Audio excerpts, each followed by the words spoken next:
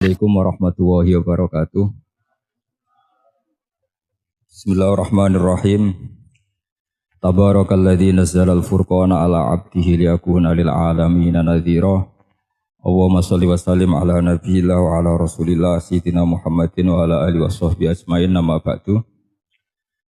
Kita meneruskan kajian yang paling penting dalam ulumul Quran termasuk adalah al-ibratu bi umumil lafzi la bi khususis sabab. Itu terkenal sekali. Jadi Nabi karena seorang manusia, apapun hebatnya Nabi ini seorang manusia, tentu kalau ngandani cara Jawa atau menghitobi pasti ngendikan sama yang di depannya. Tapi bukan berarti hukum ini khusus pada yang di depannya tapi menjadi umum. Kenapa menjadi umum? Ya karena kebaikan itu boleh dilakukan oleh siapa saja. Misalnya Rasulullah ngendikan sama Mu'ad, ya Mu'ad inni uhibbuka fala tada'anna dubura kulli sholatin wa fi riwayatin faqul fi duburi kulli sholatin Allahumma a'inni ala dzikrika wa syukrika wa husni ibadatik. Itu jelas kalimatnya Nabi, ya Mu'ad saya mencintai kamu, maka jangan pernah engkau tinggalkan setelah sholat kamu membaca Allahumma a'inni ala dzikrika wa syukrika wa husni ibadatik. Ya Allah, tolonglah kami supaya selalu mengingat Engkau ala dzikrika dan mensyukuri nikmat Engkau, dan tolong kami selalu beribadah kepada Engkau.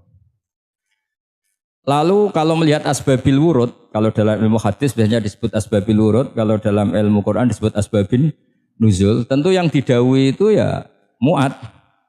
Tapi Anda tidak boleh begini, saya tidak wiridan itu, yang disuruh Nabi kan Mu'ad, saya kan tidak Mu'ad. Itu tidak boleh seperti itu. Makanya kita tidak boleh terlalu tekstual, karena tadi resikonya Anda tidak mengikuti kaidah al-ibratu bi umumil lafzi la bi khususis sabab. Sebab itu saya tadi di kantor rektorat ya Pak Onder ya, bilang nanti untuk kajian yang di kantor rektorat pakai kitab Syajaratul Ma'arif, karena kitab itu juga yang sekarang dalam proses penerjemahan saya dengan Pak Quraisyab di PSK, yang di sini pakai kitab Itqon. Nanti mulai bulan depan, karena saya dipaksa untuk meneruskan. Ini sudah kayak Tuhan saja maksa-maksa. Itu pakai kitab Itqon. Nanti babnya tak kasih yang mendesak untuk diketahui. Termasuk apa? Al-ibratu bi umumil lafzi la bi khususis sabab. Sehingga di Quran misalnya begini, ada cerita begini. Nabi Isa itu bilang begini, saya ini siapa? Saya ini adalah orang, kata Nabi Isa, wa ja'alani mubarakan aynama kuntu. Saya adalah orang yang di mana-mana itu memberi berkah, memberi manfaat kepada siapa saja. Itu jelas tentang Nabi Isa. Tapi oleh ulama dikasih judul yang umum, babu nafil ibad bikullil bilad. Bab bahwa seseorang harus bermanfaat hidup di mana saja, kapan saja. Meskipun itu Allah cerita tentang Nabi Isa. Tidak bisa kamu bilang itu kan Isa, saya kan tidak Isa. Tidak bisa seperti itu. Isa adalah ibaratun an ahlil khairi. Isa adalah figur orang baik. Tentu yang dilakukan baik. Tentu kebaikan boleh ditiru siapa saja. Jadi sehingga nanti pada akhirnya nama-nama yang disebut Allah di Quran itu kalau nama orang baik tentu kita boleh ikut. Paham ya? Kalau nama orang buruk tentu kita tidak boleh ikut. Ya gitu aturannya. Sehingga tadi ada al-ibratu bi umumil lafzi la bi khususis sabab. Jadi yang jadi pegangan adalah standar kalimat umum dengan pemaknaan yang ditentukan ulama. La bi khususis sabab, tidak terkait sebab itu. Misalnya yang paling masyhur tentu dalam hadis, Madinah itu kira-kira kan utaranya Mekah ya Pak. Kira-kira ya, utaranya Mekah apa selatannya? Utaranya kayaknya, utaranya. Dulu penduduk Madinah itu kalau bikin kloset itu, pokoknya kalau qada'ul hajat itu menghadap ke utara atau selatan. Terus kata Rasulullah, kalau kamu sedang qada'il hajat, sedang buang kotoran itu jangan menghadap Ka'bah, juga jangan membelakangi Ka'bah. Itu Nabi redaksinya unik, walakin syarriku aw gharibu. Tetapi kamu menghadap barat atau menghadap timur. Itu semua riwayat walakin syarriku aw gharibu, tapi kamu menghadap barat atau timur. Nah, artinya apa? Kata syariku au gharibu adalah binisbat di ahli Madinah, karena orang Madinah posisinya di utara Mekah. Sehingga kalau menghadap utara atau selatan berarti menghadap Ka'bah atau membelakangi Ka'bah. Dan itu tidak boleh dalam proses qada'il hajat, masbuk kotoran. Terus Nabi memerintahkan menghadaplah ke barat atau ke timur. Nah, al-ibratu bi'umil lafzi la bi khususi sabab juga direvisi oleh ulama begini, kecuali sebab itu ada ilat. Maka kalau demikian yang dimenangkan ilatnya bukan teknya. Saya ulang lagi, yang dimenangkan ilatnya bukan teknya. Kayak tadi, di hadis itu kan Nabi ngintikan apa? Tetapi menghadaplah barat atau menghadap ke timur. Tentu orang Indonesia malah kalau itu kebalikannya. Orang Indonesia kalau ke barat atau ke timur kan malah menghadap Ka'bah atau membelakangi Ka'bah. Di sini pentingnya ijtihad. Dan ijtihad ini lazim, bukan harus Imam Syafi'i atau Imam Malik. Semua orang normal pasti tahu proporsi kalimat tadi. Karena ada aturan al-hukmu yaduru ma'ilatihi wujudan wa adaman. Gitu seterusnya. Ini penting saya utarakan. Sehingga ketika Rasulullah sedekah dengan dinar dikasihkan fakir miskin atau dirham dikasihkan fakir miskin, pikirannya ulama adalah sedekah dengan mata uang yang berlaku saat itu. Tidak selalu ditetapkan dinar atau dirham. Begitu juga ketika Rasulullah dulu zakat fitrah pakai susu kering atau pakai kurma atau pakai gandum. Ulama semua bilang yang penting kuti ahlil balad. Yang penting makanan pokok di negara itu. Dalam konteks Indonesia tentu apa? Beras. Ini penting saya utarakan karena tanpa mengkaji ulumul Quran seperti ini. Dan kita insya Allah bulan depan saya langsung bawa kitab Itqan. Di situ ada beberapa contoh. Harus seperti itu. Karena kalau tidak terikat sebab, itu nanti takutnya ayat umum menjadi liar. Misalnya begini, pernah ada aliran sesat dulu. Kebetulan di Jogja itu, saya lihat di TV. Entah salah kiainya, entah salah dosennya, entah salah siapa. Atau salah orangnya agak stres, tidak tahu saya. Semoga salah orangnya itu sholat menghadap ke 4 arah. Alasannya Allah nggak ada di mana-mana, ya sudah. Di barat, rakaat kedua ke utara, rakaat ketiga ke timur, rakaat keempat ke selatan. Itu uniknya itu ngawurnya lah, bukan uniknya. Ngawurnya itu dalil fa'ina matu wallu fasamma wajhu. Kamu hadap kemana saja di sana ada ridho Allah. Sehingga semua ulama ketika bikin kaidah al-ibratu bi'umil lafzi la bi khususi sabab selalu menyertakan kecuali khususus sabab ini ada illatul hukmi. Maka itu enggak jadi. Kayak ayat tadi, kalau kamu pakai umumnya lafaz itu kan boleh sholat menghadap mana saja. Nah makanya Imam Syafi'i ketika ditanya, lalu ayat ini proporsinya gimana? Kata beliau, fis safar. Orang yang sedang di pesawat, mau sholat, tentu masuknya fasamma wajwa. Jadi dalam kondisi bepergian, yang kita ingin sholat, maka pakainya ayat seperti itu. Tapi kalau kondisi nomar, fawal liwajaka syatrul masjidil haram.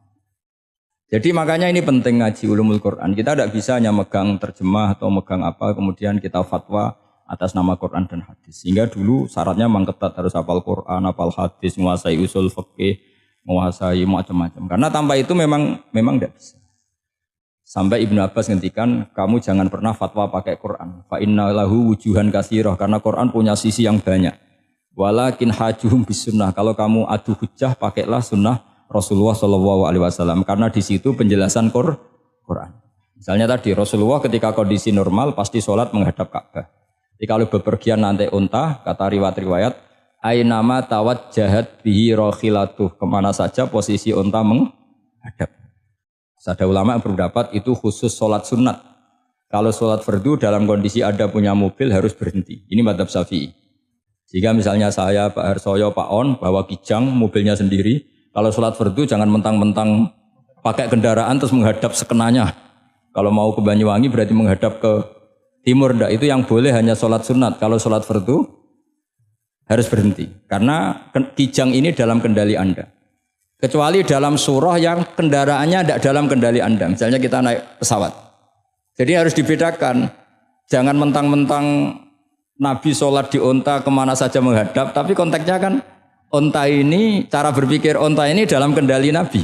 Tapi kalau pesawat kan tidak. Jelas ya? Jadi makanya ini pentingnya proporsional. Jadi kalau kita naik kijang misalnya mau ke Banyuwangi, kalau waktu duhur ingin sholat ya harus berhenti.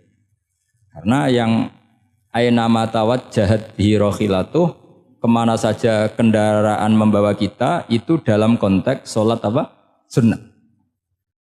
Jadi ini pentingnya ulama. Ini yang dikatakan al ulama warasatul anbiya. Karena sanad ini musalsal terurut sampai Rasulullah Shallallahu Alaihi Wasallam.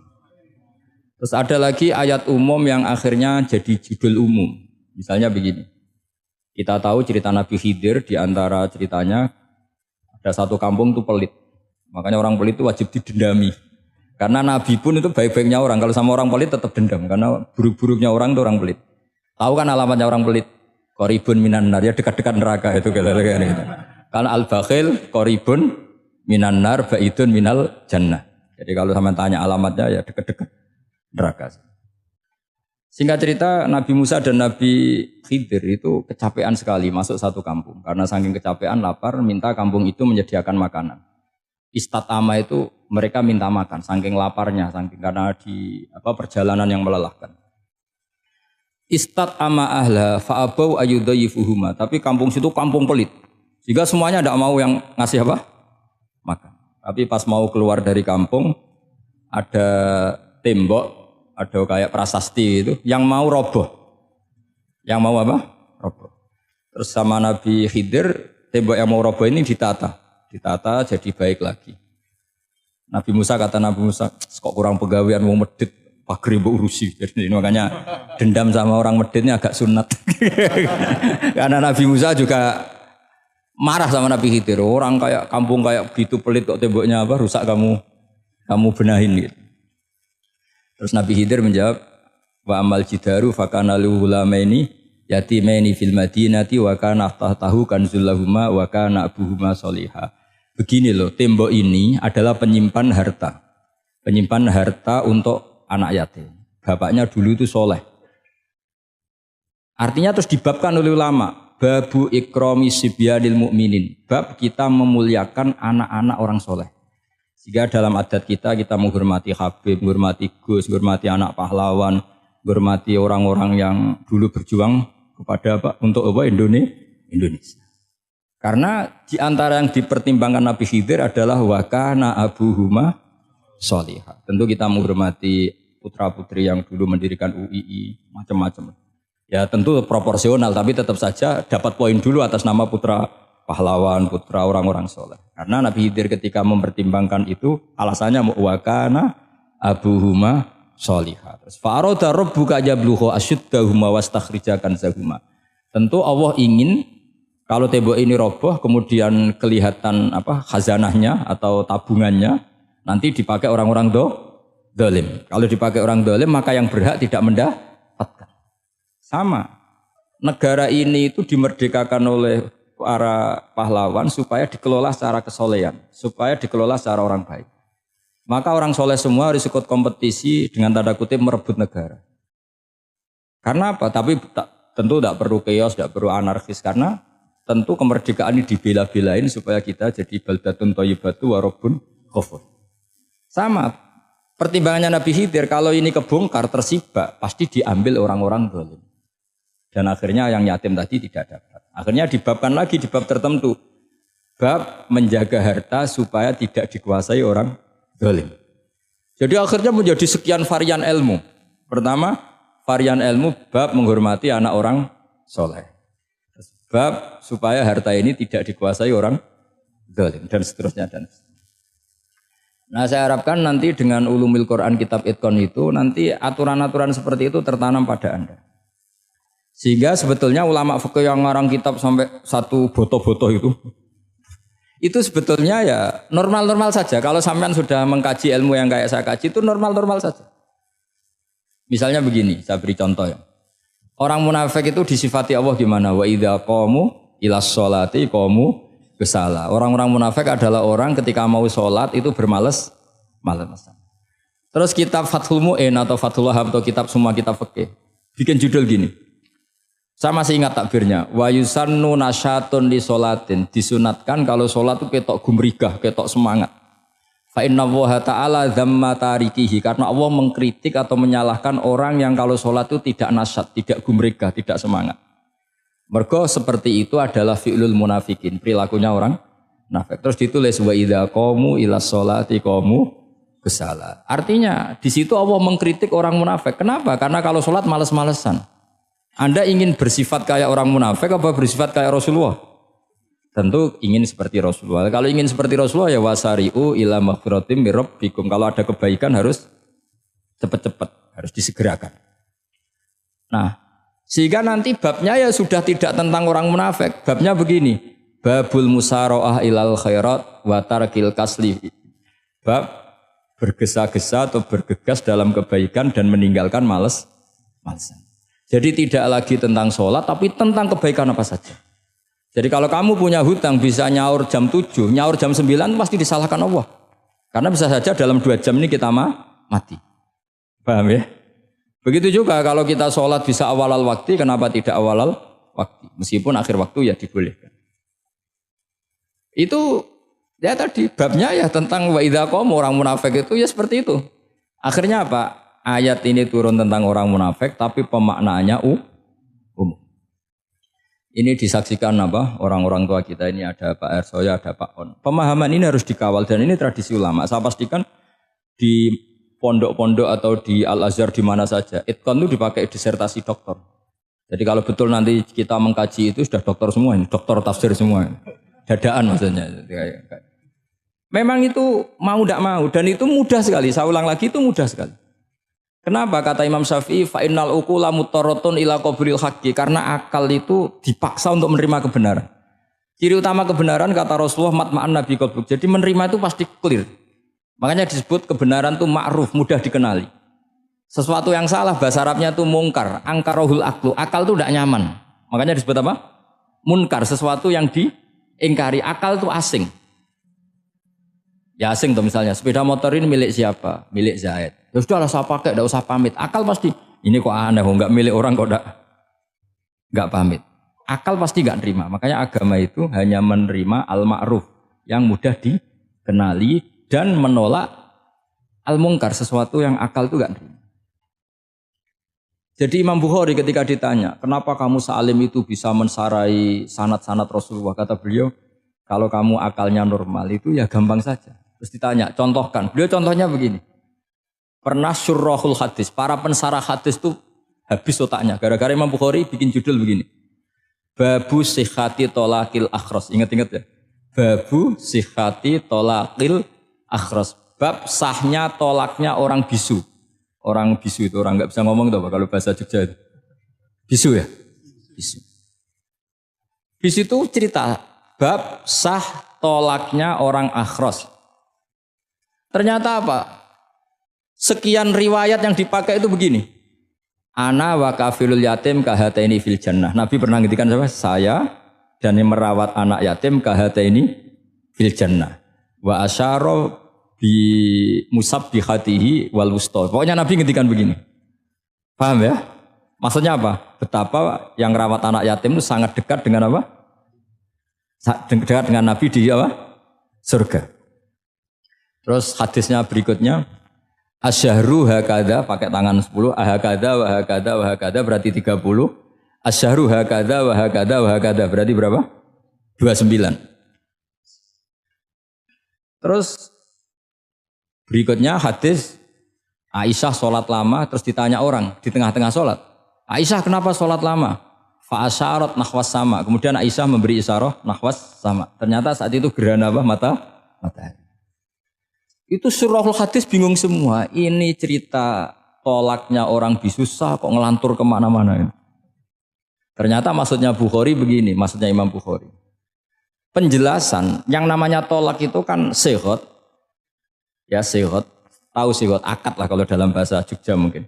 Kalau kamu nikah kan angkah tuka wazawaztuka terus bilang apa qabil tu nikahaha wa taswiyah. Terus kalau kamu menceraikan istri kamu bilang kamu saya ceraikan.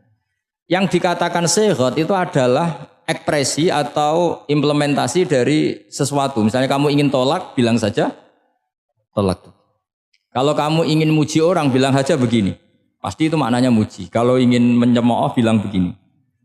Nah, artinya gini, kalimat itu bisa diganti isyarah. Saya ulang lagi, kalimat itu bisa diganti. Buktinya Nabi mengisyaratkan saya dekat, bilang begini. Paham ya? Aisyah bilang gerhana, hanya bilang begini. Kalau begitu orang yang bisu ya punya cara menceraikannya. Dia cukup melakukan isyarat Yang isyarat itu pasti difahami sebagai cerai. Artinya kalau orang memahami Quran hadis seperti itu, hal-hal yang mungkin nggak terlintas dalam pikiran Anda, ternyata itu jadi dalil. Artinya apa?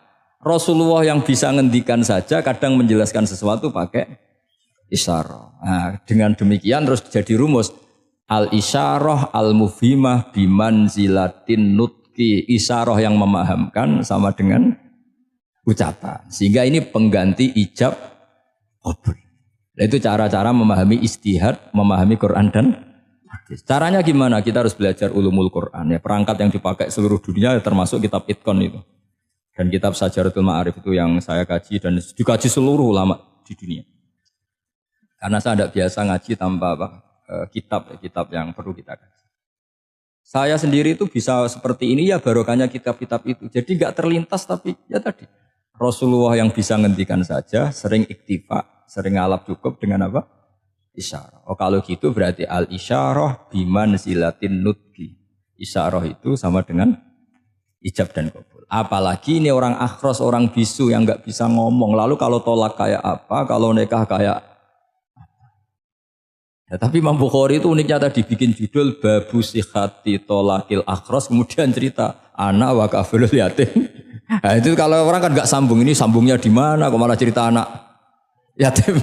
Ternyata kata kuncinya kahata ini seperti ini dan orang paham sangat sangat. Makanya hati-hati dengan isyarah karena kalau itu betul mengganti lafaz, berarti Anda kalau nyun sewu melafadzkan tolak terganti isyarah, ya agak masalah itu. Tapi semoga enggak lah. Istri satu kok dicerai nanti enggak punya istri nanti malah repot. Tapi ini kan saya cerita ilmu saja. Ya saya cerita apa? Cerita ilmu. Jadi kalau ada orang bilang semua yang ada di dunia itu ada di Quran. Itu caranya ya seperti ini. Jangan kayak orang-orang yang terlalu tekstual. Karena kalau seperti ini pasti semua yang ada di dunia itu ada di Quran. Karena cara pemahamannya seperti ini. Saya sering ditanya kenapa bumi ada likuifaksi macam-macam. Memang dari Quran bayangannya Quran seperti itu. Amin tuman fis sama ayyakhsifa bikumul ardo fa idahiyya tamur. Memang dari awal Allah bikin bumi ini potensinya malah likuifaksi. Potensinya itu melumer. Tamur itu memang maknanya melumer. Dan ketika Allah nyifati bumi wal ardi dzatis sod, sod itu maknanya pecah. Dan Allah tidak sekedar mengatakan pecah, dzatis sod, sifat dasar bumi itu mudah pecah. Jadi kalau dzati itu sifat dasar. Jadi meskipun Quran tidak meneliti spesifik kayak para ahli gempa, tapi dari awal Allah ngendikan bumi itu dzatis sod wal ardi dzatis sod. Bumi adalah berkarakter pecah. Kenapa berkarakter pecah? Karena dari awal bumi ini lempengan-lempengan. Di Qurannya dijelaskan gitu. Wa fil ardi qita'um mutajawirat. Bumi ya kelihatannya banyak, kelihatan satu, sebetulnya dari qit'ah, dari potongan. Lah qit'ah itu jamaknya qita'. Terus disebut mutajawirat, saling berdampingan. Kalau dalam bahasa Arab berdampingan itu berarti sel-selnya beda. Kalau bahasa Arab bilang sesuatu yang bercampur namanya mukhalatoh, jadi satu. Kalau yang beda jenis namanya mujawarah. Nah, Al-Quran itu bilang wafil ardi qita'um mutajawirat. Bumi ini karakternya per potongan-potongannya karakternya beda-beda. Sehingga memang potensinya bumi ini hancur. Apalagi dari awal memang dipersiapkan mau dihancurin. Makanya nggak usah takut kiamat. Memang rencana Tuhan mau dihancurin gitu. Makanya sanggup takwa saja. Kalau ingin menghentikan penghancuran ini tidak bisa. Itu sudah dalam rencana Tuhan pasti dihancurin. Makanya kalau orang sufi ditanya, kenapa tidak bangun rumah? Tuhan aja mau rencana ngancurin bumi, kok rumah tak tata nanti juga hancur. Gitu. Tapi kalau di Islam kota saya ngomong gitu kan dia wah ini orang nggak jelas ini kan gitu. Padahal yang kedonyan itu yang nggak jelas sebetulnya. Tapi ini saya cerita jadi supaya UII ya yang didirikan ulama-ulama. Saya masih ingat ketika Profesor Zaini cerita, Pak Zaini saya ini kan kiai, saya tidak punya gelar apa kok jangan minta bantuan ini. Katanya Pak Zaini dulu UI ya didirikan banyak kiai dan sebagian pendirinya juga enggak punya gelar katanya gitu. Tapi mendingan enggak punya gelar manfaat daripada punya gelar enggak manfaat. Malah problem itu. Tapi ya enggak masalah. Sudah ada manfaat enggak punya gelar malah repot lagi. Sudah cara berpikir gitu saja sudah. Pokoknya sementing semuanya baik apa saja. Jadi nanti setelah sampean mengkaji ulumul Quran ya tadi seperti yang dikatakan Imam Syafi'i itu gampang sekali. Kenapa gampang? Karena fa'innal uqula muttarratun ila qabulil haq. Akal ini pasti dipaksa untuk menerima kebenaran. Kayak saya berkali-kali ditanya sama seorang kiai, kenapa sih Gus masalah la ilaha illallah kok sampai Nabi ngendikan wa in zana wa in saraka. Siapapun yang melafadzkan la ilaha illallah Muhammadur Rasulullah itu suatu saat pasti masuk surga. Meskipun dia pernah zina, pernah maling. Itu jelas teks hadis di Bukhari, di Muslim, wa in zana wa in saraka. Meskipun zina dan ini bukan berarti Nabi melegalkan perzinahan, enggak, ma'adzallah, enggak akan terjadi. Nabi melegalkan perzinahan. Tapi Nabi ingin ngendikan begini. Absolutisme kebenaran itu tidak terganggu oleh kesolehan dan kefasikan.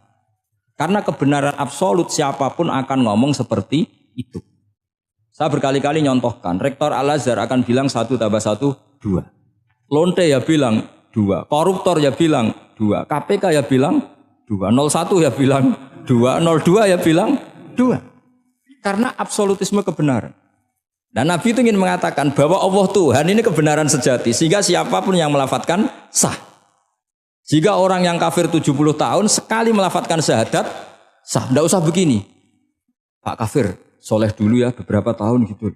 Baru Anda sah melafadzkan kalimat la ilaha. Tidak ada seperti itu. Semua ulama ijma. Orang kafir 70 tahun melafadzkan la ilaha illallah sekali langsung menjadi Muslim. Kenapa sah? Kebenaran absolut tidak bersyarat kesolehan maupun kefasikan.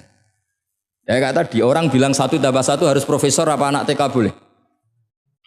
Jangan mentang-mentang profesor, doktor, rektor, UGM atau UI. Tadi anak kecil bilang berapa 1 tambah 1, 2. Sudah aku tak bilang 4. Tidak bisa. Kebenaran absolut itu orang akan sepakat. Nah, Quran itu termasuk kebenarannya absolut. Maka harusnya siapapun bisa memahami Quran. Termasuk orang yang sebelum Islam. Sekarang saya tanya ke sampean, ketika Umar masuk Islam karena dengar Quran itu dulu dengarnya apa dulu Islamnya? Dulu dengarnya dan dia paham. Wa ma huwa min kalamil basar, ini tidak mungkin omongan manusia seindah ini. Karena mudah difahami Quran. Nah sekarang enggak, karena ada sistem akademik. Itu terus orang macam-macam urutannya itu. Jadi repot sekarang. Kalau kata tafsir At-Tabari lebih ekstrim lagi. Itla yuqalu masalan ifham bima la aqlalak. Jadi orang-orang kafir ini kan, orang-orang kafir Mekah ini kan Rasulullah jadi nabi ini kan semua orang masih kafir. Enggak ada mahasiswa UI, enggak ada orang NU, enggak ada orang Muhammadiyah. Semuanya orang kafir, semuanya masih kafir. Terus Nabi membawa Quran, maka khitab pertama itu bukan ya ayyuhan nahdiyun, ya ayyuhal muhammadiyun. Khitab pertama kul ya ayyuhal kafirun, karena pendengarnya semuanya kafir. Dan itu mereka paham. Tapi nanti soal hidayat nomor 2, tapi mereka itu yang jelas paham. Sehingga banyak orang kafir yang menjadi muslim karena mendengar Al-Quran. Jadi ini penting diketahui karena kebenaran itu milik siapa saja dan akan mudah difahami.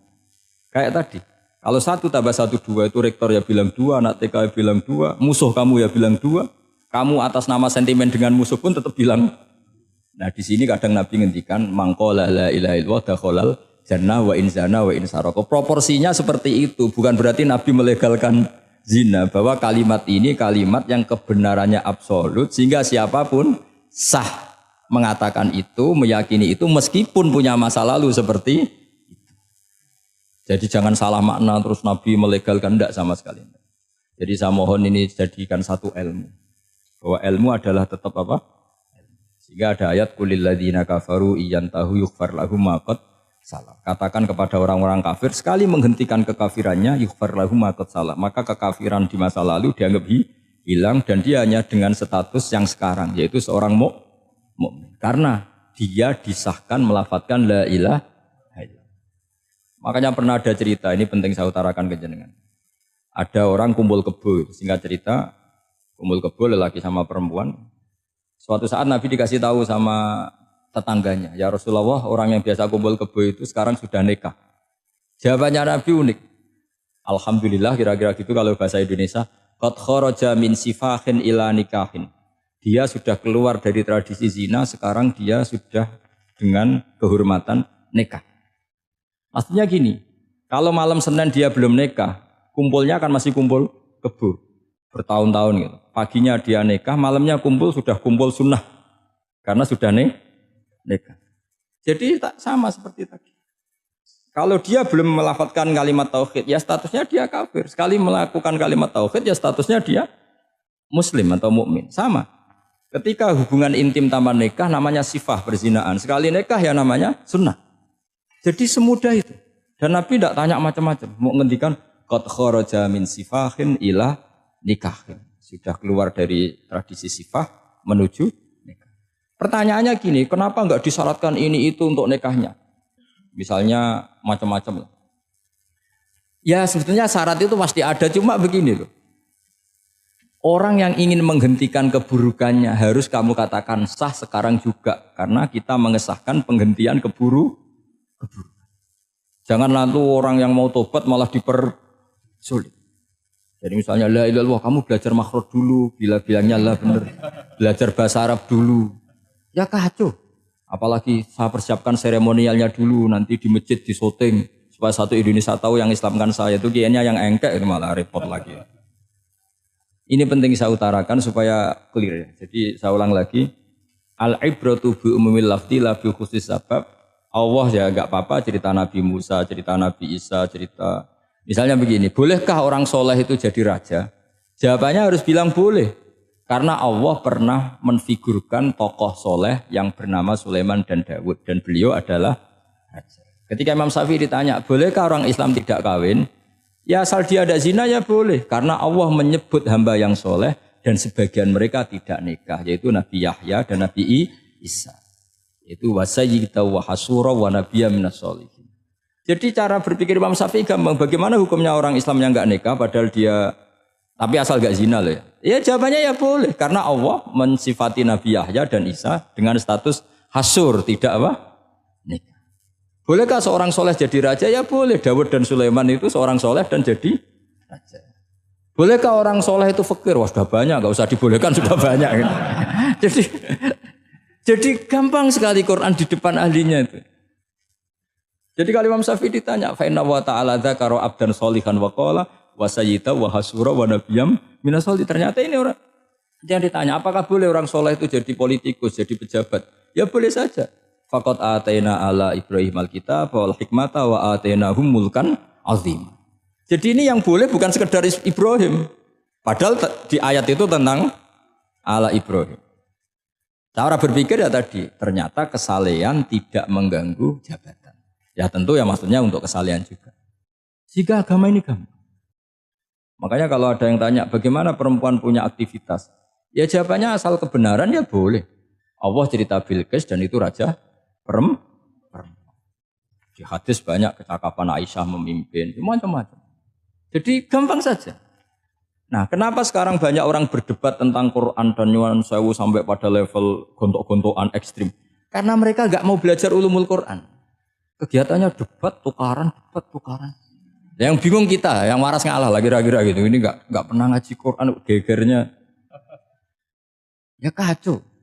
Ada ulumul Quran, itu yang namanya kitab Al-Itqan. Dan itu dibukukan oleh ulama. Dan gampang sekali. Pernah ya Sayyidina Umar ketika Futuhat. Beliau sudah Futuhat itu mengalahkan musuh-musuh Islam yang memusuhi Islam. Perlu dicatat, musuh-musuh Islam yang memusuhi Islam, karena kalau yang tidak memusuhi Islam nggak boleh dimusuhi juga. Ya. Singkat cerita ditanya, kenapa kita tidak tasakuran besar-besaran? Kita kan sudah menang.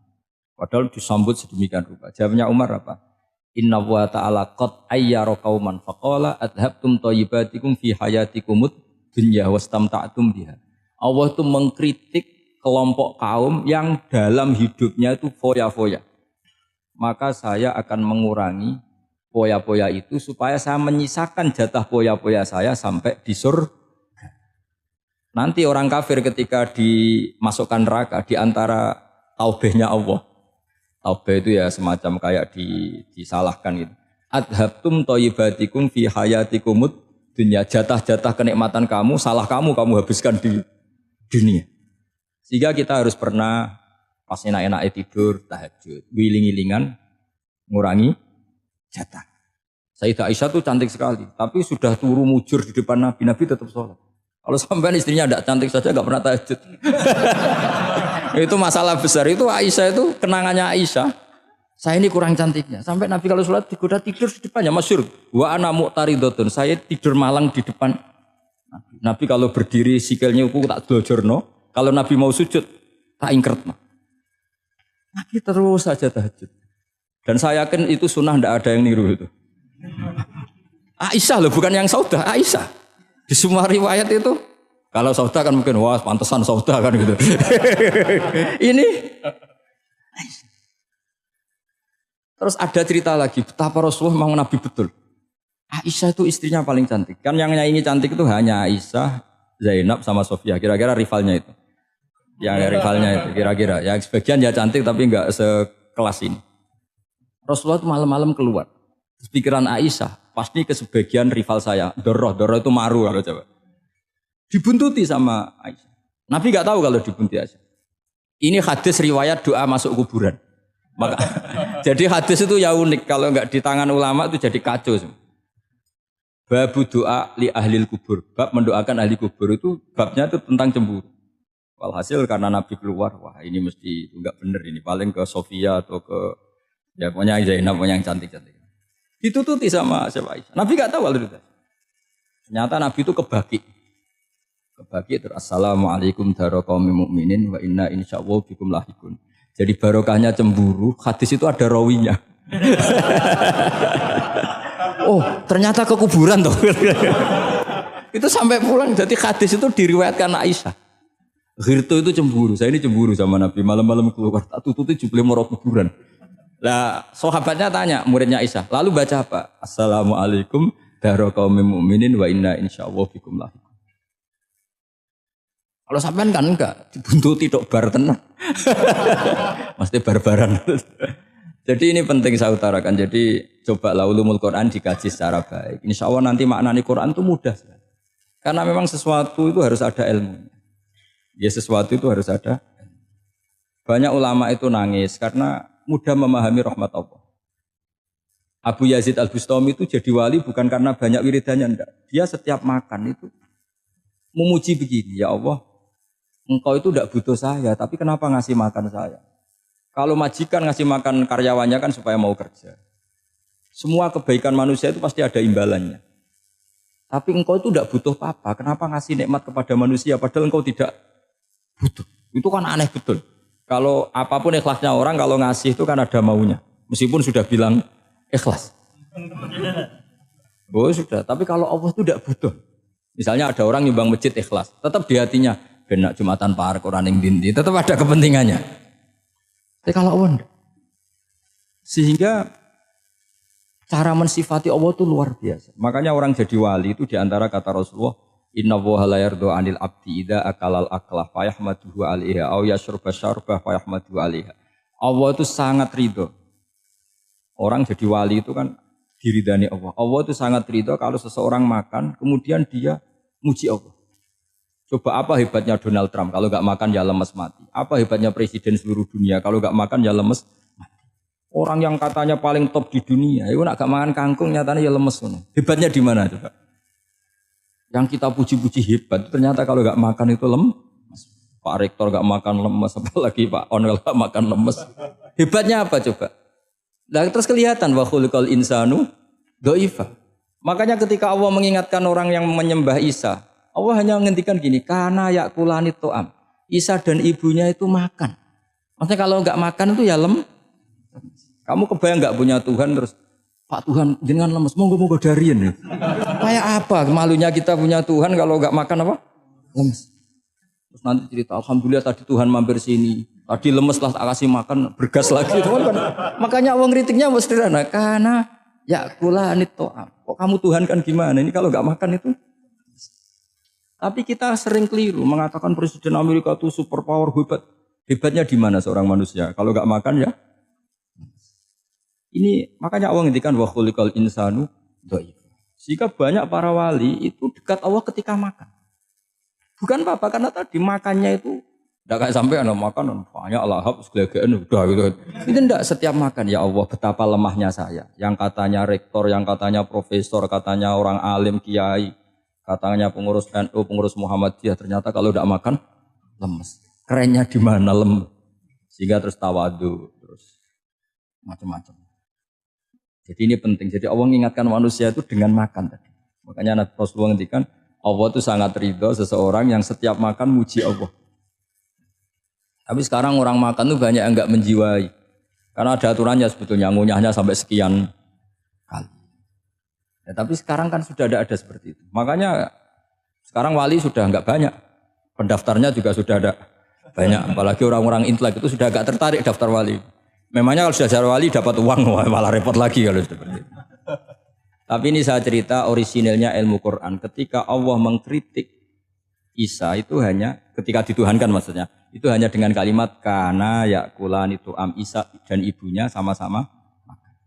Dan ketika Allah memuja Rasulullah SAW dan para nabi, itu pujaannya itu aneh.